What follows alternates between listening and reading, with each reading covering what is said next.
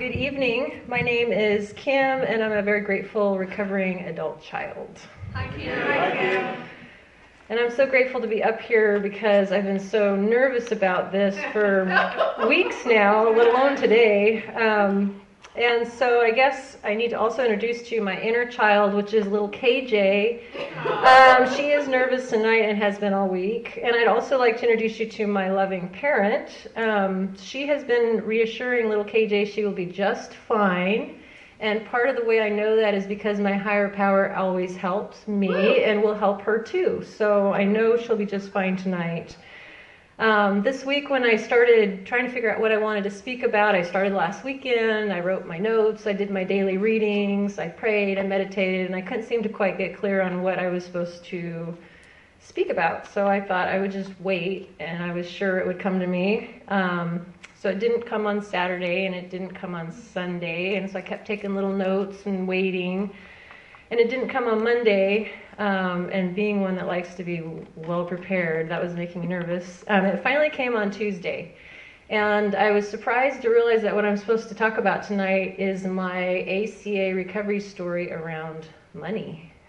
And the reason that surprised me is because I still don't really think I have that big of a problem with money, but we'll see as I share a little. So let me start with where I started in life. I was born in Wisconsin. I'm an only child. My parents were 20 years old when they had me, and they were going to school, working full time. And they tell me I was planned, but they didn't have any more kids. They tell me, and have always told me how much they love me, but they didn't have any more kids. And they always shared with me, my mom made it very clear how much kids would change your life forever, and it never sounded very positive. So when I was 3.5 years old, my parents relocated themselves. They left Wisconsin with me in our van of things, and we went to Oregon where they would begin their teaching careers. One was a counselor, one was a teacher. And I gather through the years kind of listening that part of the reason they did that is that was the way they hoped that their marriage and family would work. Because if they stayed in Wisconsin where they grew up, the families were too crazy and there was too much stress going on already in their marriage, which was very new. So they moved to Oregon. And what I can tell you about my parents is they're adventurers. They do things outside of the box, and I love that about them. They're intelligent, they're creative, they're eccentric. They loved creating things. It never stopped. And so my dad has a very inventive mind, and since they were teachers, they had all the holidays off, spring break, Christmas, summer, just like me. But unlike other families, we didn't really go on vacations that much because it was way more exciting to stay home and work on these projects and things that they wanted to do, which it was pretty fun in a lot of ways, but it was like waterfalls and rock retaining walls and building cabins and ponds and creeks, remodeling houses, fishing, hunting, all sorts of things. We built amazing furniture. My dad was just really talented, and my mom was too. She did stained glass. But their appetite for doing these things was insatiable.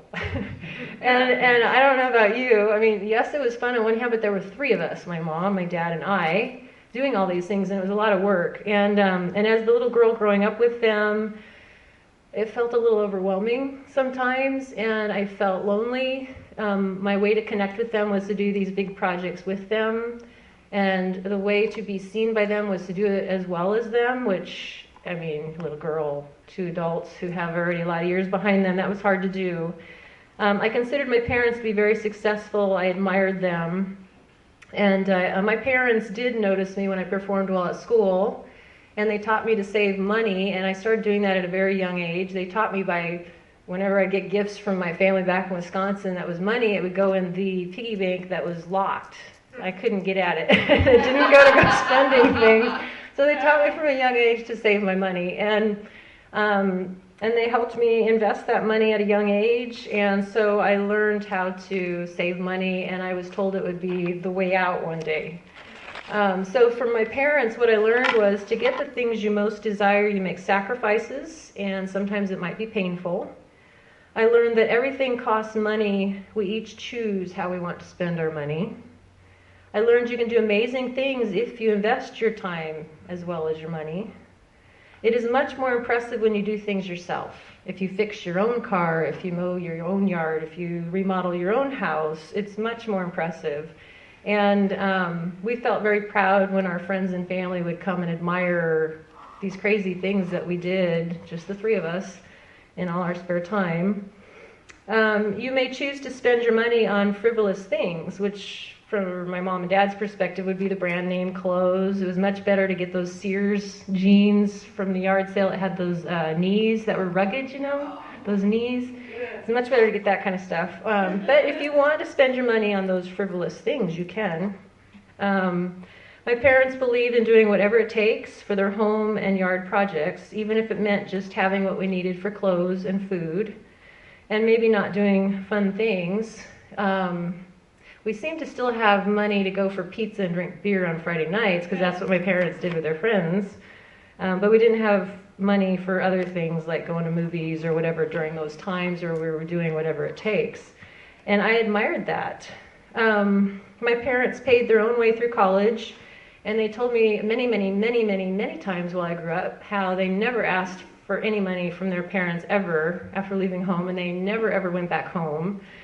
And my mom made it very clear, well, it would be okay if I came home just for a short period of time, but it really wouldn't be okay to come home for longer than that, because I wouldn't be successful if I did that. My parents taught me the fun of giving gifts, and that those that you make are much more personal. And so it is worth it to give people these gifts, even if you had to sacrifice a little bit along the way. I also learned it is selfish not to share my time and my things with others. And they, I don't know, it seemed like as an only child I had trouble sharing, according to my parents, which I probably did. But a little bit of work in ACA has made me wonder if maybe I just didn't get to have boundaries growing up. I didn't get to have my own things. It's like everything was fair game. I had to share everything.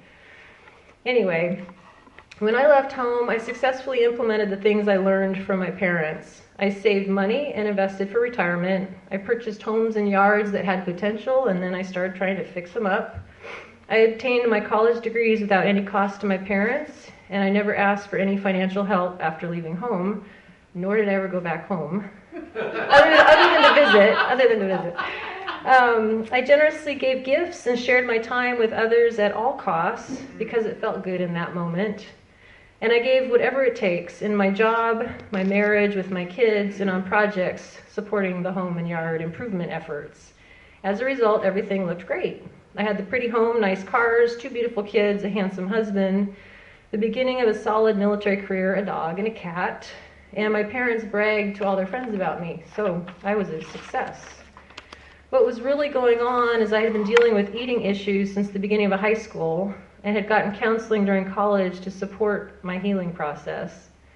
I participated with my husband and friends in extreme exercising activities in an attempt to feel okay about myself and my body and to prove my worth. I continuously expected more and more. It was a very sick process. Depression and anxiety had affected me daily since high school and had increased to almost impossible levels after graduating from college and getting married. That was part of the reason for the exercise. It was a way to calm that energy that was so uncomfortable. I hated myself and my body. I seemed to be the problem with the marriage issues I experienced, and my husband at the time tended to agree with me. I felt like I had a well of sadness inside of me. It felt like it would never go away, and I didn't want to spend any more time with it because it was so deep and so endless, and I just was sure I'd get lost in it. I felt confusing feelings around my kids, intense anger, resentment, and even jealousy, which I didn't understand. I could not control my reactions to people, places, and things, and did hurtful things I felt ashamed of. I felt abandoned by my husband as he escaped into work, exercise, and computer video games. And I noticed my husband felt so much like my mom with his controlling, and so much like my dad with his unavailability. How could we look so good and yet I feel so bad?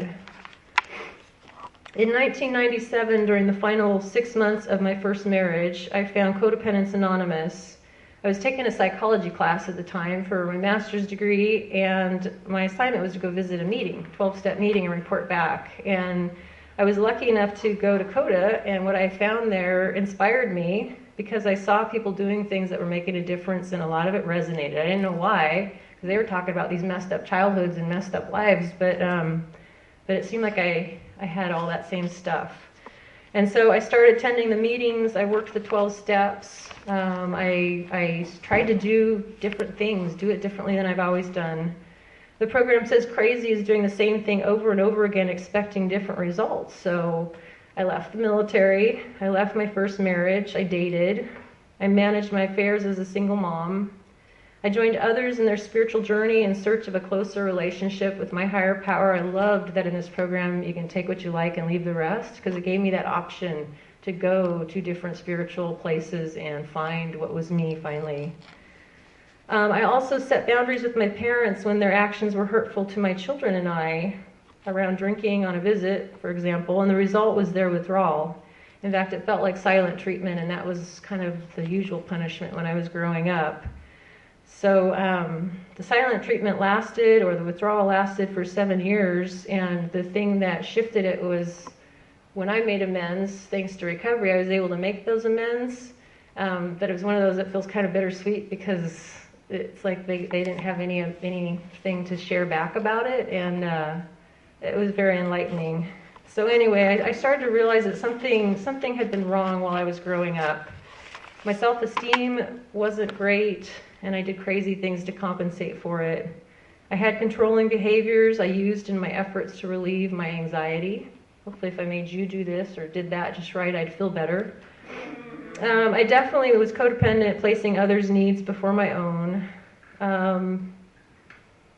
As a result of working the CODA program, I finally had a higher power. I had one, but I kind of like lost it through the years, gotten jaded, I don't know, but I had it back. I still felt depressed, anxious, and crazy, but it was in between moments of peace, and I didn't have that before I came into CODA. And this process is a lot of work, I learned, but I was no longer alone, and I really appreciated that. However, after a number of years working CODA, some things started looking a little crazier to me. I'd been in and out of relationships with partners and recovery friends struggling with food, alcohol, sex, and or money challenges, if not addictions. And my relationships were looking crazier, way crazier than they did with my first husband, which was really confusing to me. I did not feel financially secure. In fact, I could not seem to get back into stride with the impact of the divorce. I kept trying to make it look the same, but I wasn't making the same amount of money. Go figure. Work was challenging, and basically I just seemed to continuously live on the edge of crisis. So that brings up the question, was I really getting better? Was this really working? And thankfully, program people reassured me it sometimes does get worse before it gets better. After 7 years of CODA and working through my 12 steps there at least 3 times, I still struggled with being too busy, constantly exhausted, feeling the compulsion to exercise and perform. I still did not feel stable financially, and I found myself often feeling that trapped feeling. In May of that year, something shifted in my body and I became very sick. I went out of work on disability and was home for 6 weeks.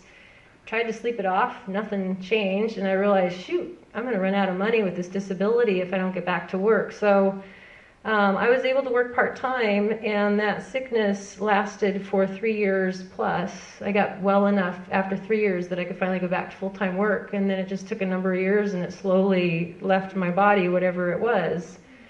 So during that time, I could not exercise. Who knew how much I relied on exercise to feel sane? I couldn't perform my old assignments at work. Who knew how much I needed to perform? I could not give in the same way in my relationships with my kids, friends, and partner. Who knew how much I needed to give to feel okay? My financial situation was turned even more upside down with medical bills and no longer working full-time. I rented out rooms in my home to increase my income.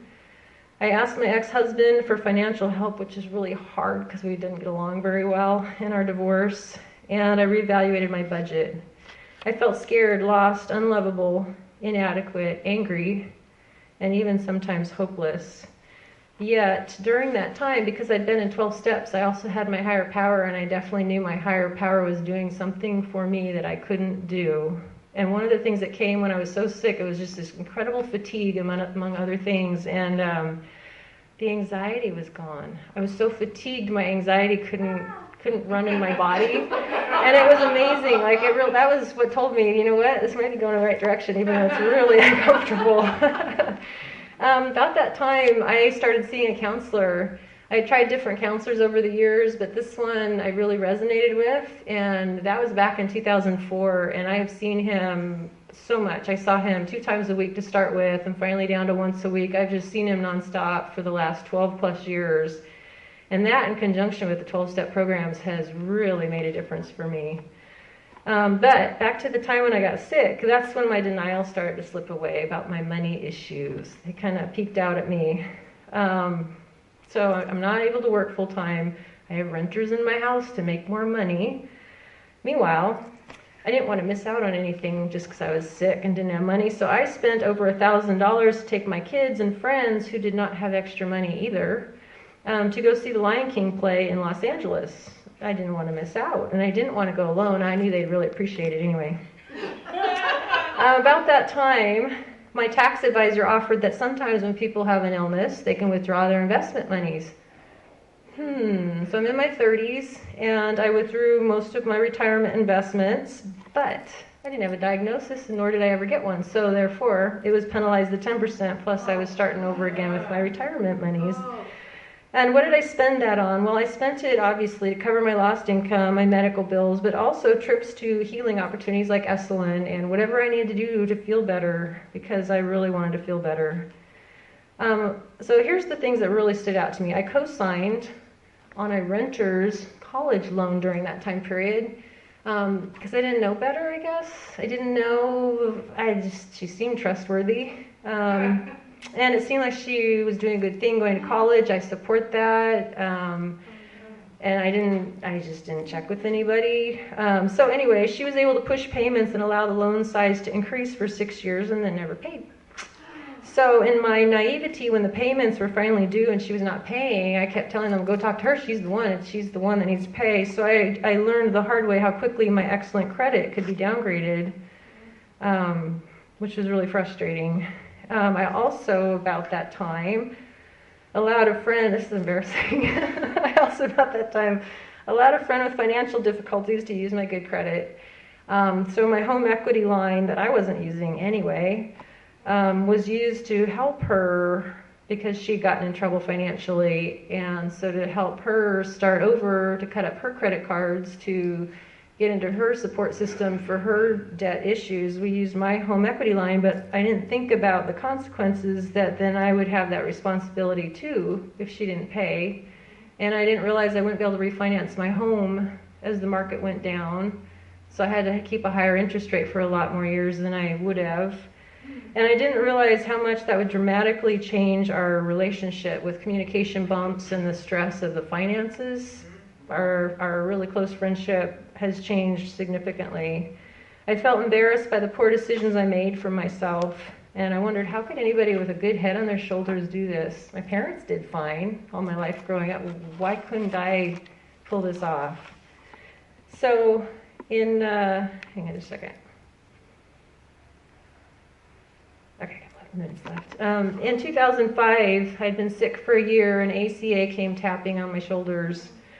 I purchased the Red ACA book and I attended my first meetings. However, those first meetings really scared me because they're reading from the Red book, and that book has amazing things in it, and I was emotionally overwhelmed when I went to those first meetings, and I couldn't convince any of my surrounding circles at the time of people to come with me to those meetings, so I kind of chickened out for a couple of years. But by 2007, a couple of years later, I finally had gotten enough people together that they were willing to work the yellow 12-step workbook with me. And I was shocked to see some laundry lists there that came from my childhood, which means my childhood must not have been as perfect as I thought it was.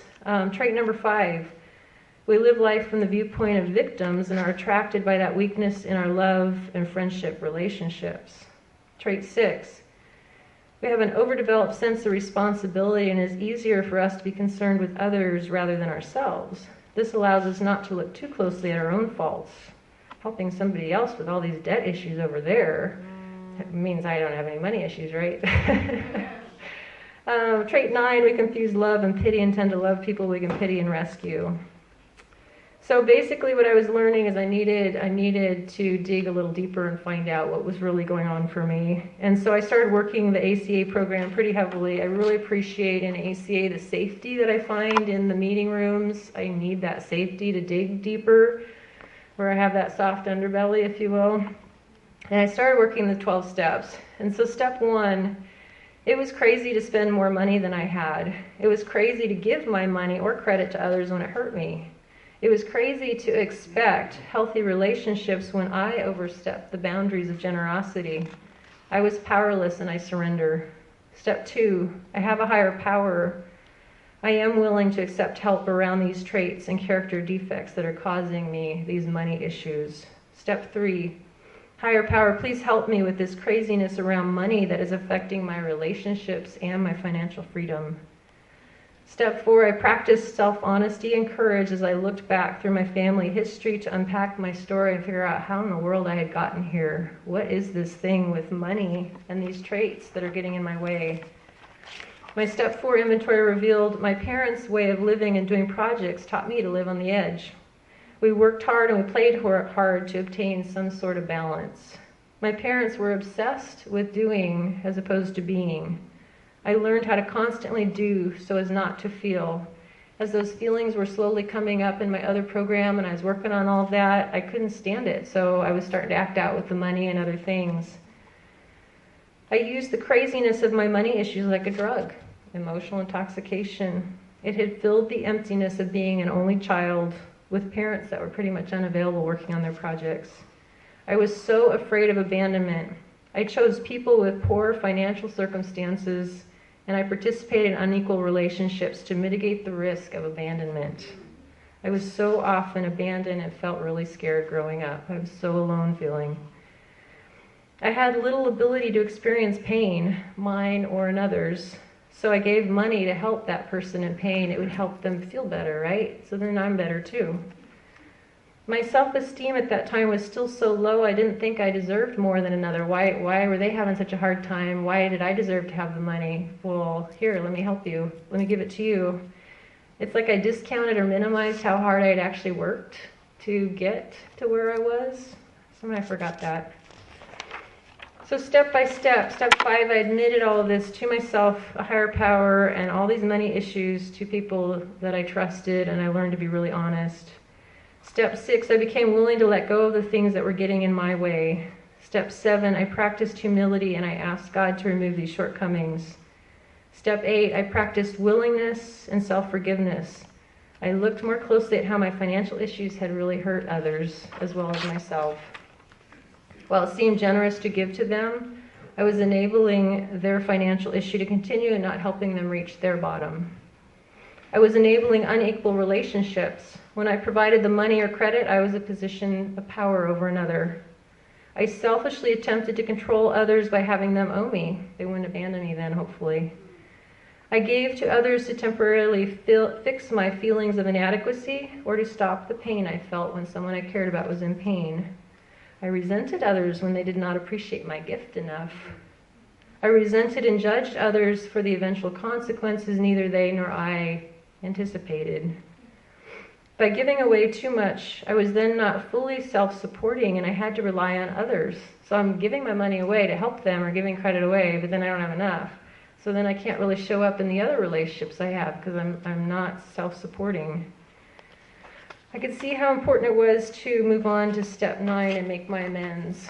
So my amends that came around this issue with money is to live within my means today, to keep it simple, to not give unreasonably to others out of respect for me and them, to not compromise equality of relationships with the power of money. I must choose freedom from entanglements with money. I cannot choose relationships with strings today.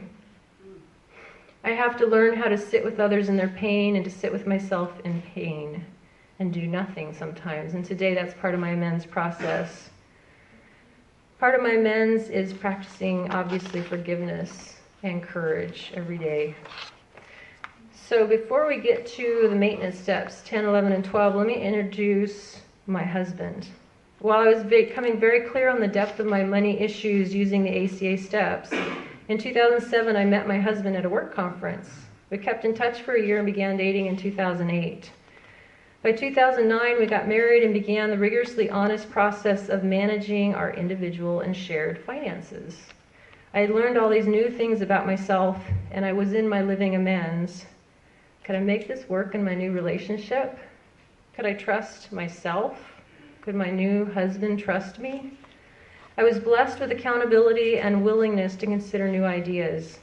When we put our ideas together, we came up with an excellent and workable budget. It included setting aside money each month for gifts, tithing, vacations, emergencies, etc., the basics. But I had never really done that with somebody else before. We collaborated and compromised until we reached a baseline. For the next 2 years, we monitored and controlled our budget together with frequent meetings. We made adjustments when we realized we had forgotten something.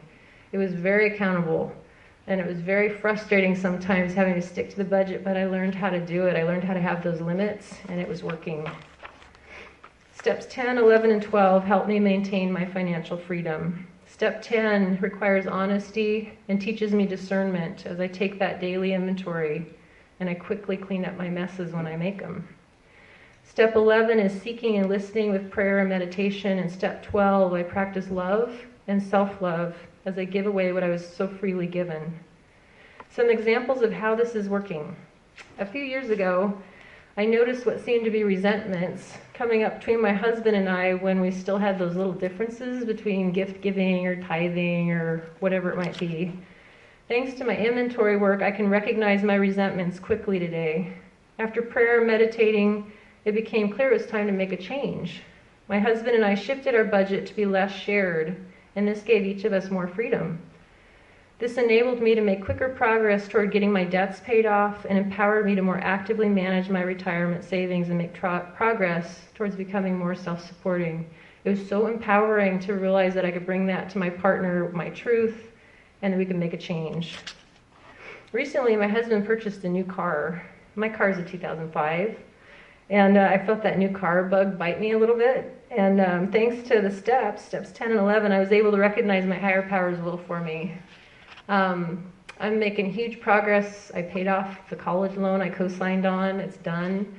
I've got savings in the bank today. And one of the things I've been wanting to do for a lot of years is maybe go back to school. I mean, I got enough schooling. I got a good job. But I still want to maybe go back to school and do something really fun someday. And my higher power made it really clear that, you know what, keep the car as long as it'll possibly run and just keep tucking that money in the bank, and when it's time, God will let me know and we'll figure it out. But right now, just sit and wait and put that money in the bank, and it feels really good. So anyway, to summarize my experience in recovery today, I can still repeat the same crazy behaviors that made my life unmanageable, but today what's different is it's okay to make mistakes. In fact, they help me learn and grow. That's new. I can still not know what I don't yet know, but what happens in recovery is my higher power flashes it in my eyes at the right time, whether I like it or not. So I can trust that. I can rely on that today. The denial's okay, because when it's no longer okay, my higher power will put it right there.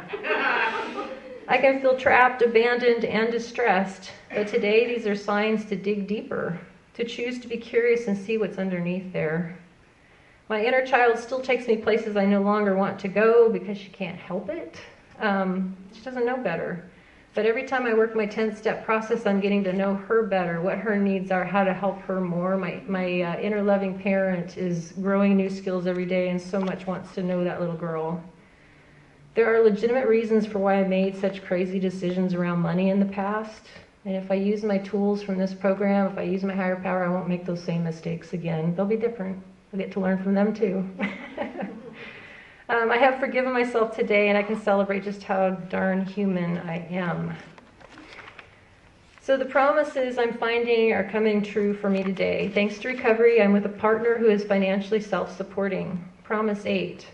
We will choose to love people who can love and be responsible for themselves.